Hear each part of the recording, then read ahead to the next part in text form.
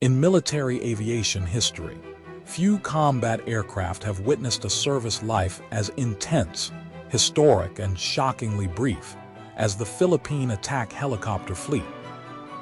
On December 28, 2024, at Major Danilo Atienza Air Base in Cavite, the Philippine Air Force officially decommissioned its entire fleet of AH-1S Cobra gunships.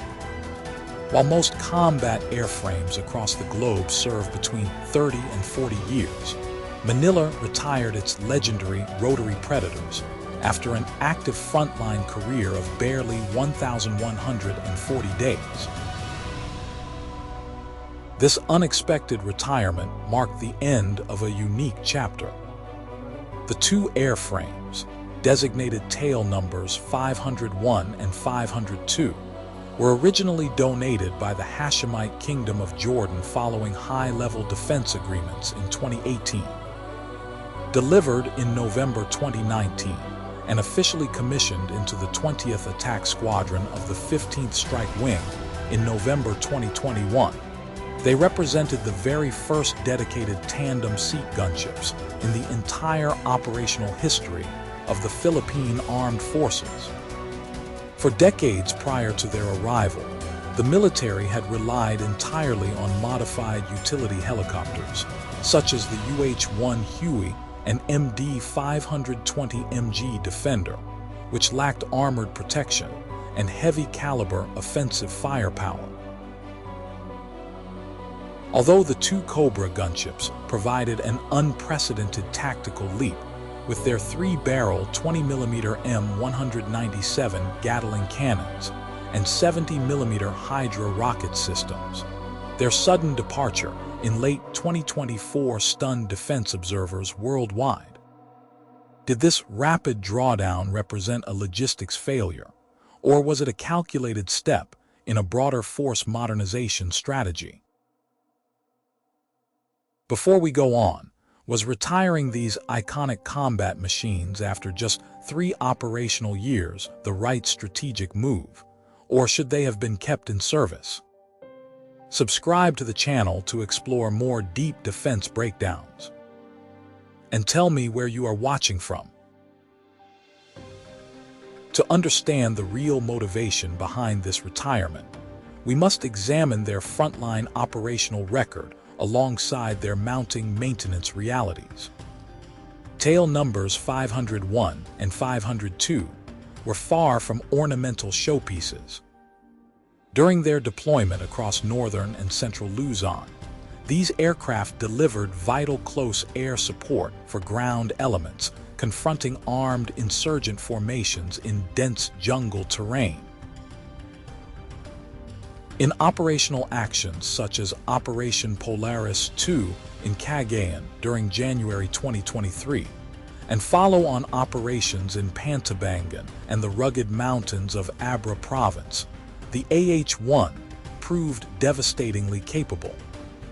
Powered by a single Lycoming T-53L 703 turboshaft engine generating 1,800 shaft horsepower, the Cobra could sprint at speeds exceeding 270 kilometers per hour, while laying down sustained fire from its chin-mounted M197 cannon at 730 rounds per minute. Its tandem cockpit allowed dedicated weapons management, completely transforming tactical air doctrine for the Philippine Air Force. However, operational success on the front line quickly collided with an insurmountable logistics bottleneck, known in military aviation as the micro-fleet dilemma. The United States Army had retired the AH-1's variant entirely in 2001, meaning the global manufacturing base for original components had essentially evaporated. With Jordan also divesting its older inventory, finding certified spare parts for the single-engine power plant, transmission systems, and specialized avionics required complex sourcing through expensive private secondary markets. Maintaining a total operational fleet of just 2 airframes forced the Air Force to allocate dedicated ground crews, unique diagnostic equipment, and specialized repair pipelines for a platform that provided zero economies of scale.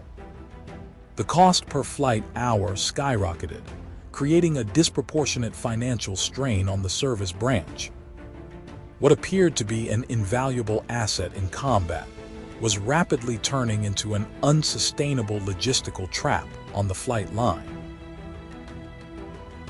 The decisive factor that sealed the fate of the two Cobra airframes was not merely high maintenance costs, but a calculated transition toward a far more advanced aerial platform.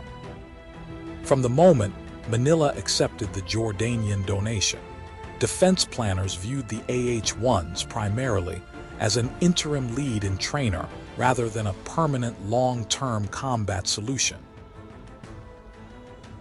Operating the twin Cobras allowed Philippine aviators and ground technicians to build an indigenous operational doctrine for dedicated attack helicopters. Flight crews mastered high-speed, low-altitude gun runs and specialized weapons coordination in tandem cockpits. This operational groundwork paved the way for the arrival of the Turkish aerospace industry's T-129 Atak, procured under a comprehensive contract valued at approximately $269 million United States dollars for 6 brand new units. When placed side by side, the generational disparity between the two aircraft became immediately obvious. The legacy AH-1 relied on a single-engine architecture and older optical sights that severely restricted night combat efficiency. In contrast, the modern T-129 Atak is powered by two LH-Tech T-8004A engines producing more than 1,360 shaft horsepower each, providing essential safety margins over open maritime corridors and dense mountainous terrain. Furthermore, the T-129 integrates the advanced Aselsan-Aselfir 300T electro-optical and infrared targeting system alongside helmet-mounted cueing, enabling precision strikes around the clock. Instead of relying solely on unguided rockets, the newer platform deploys laser-guided Sirit 70mm munitions and long-range UMTAS anti-armor missiles.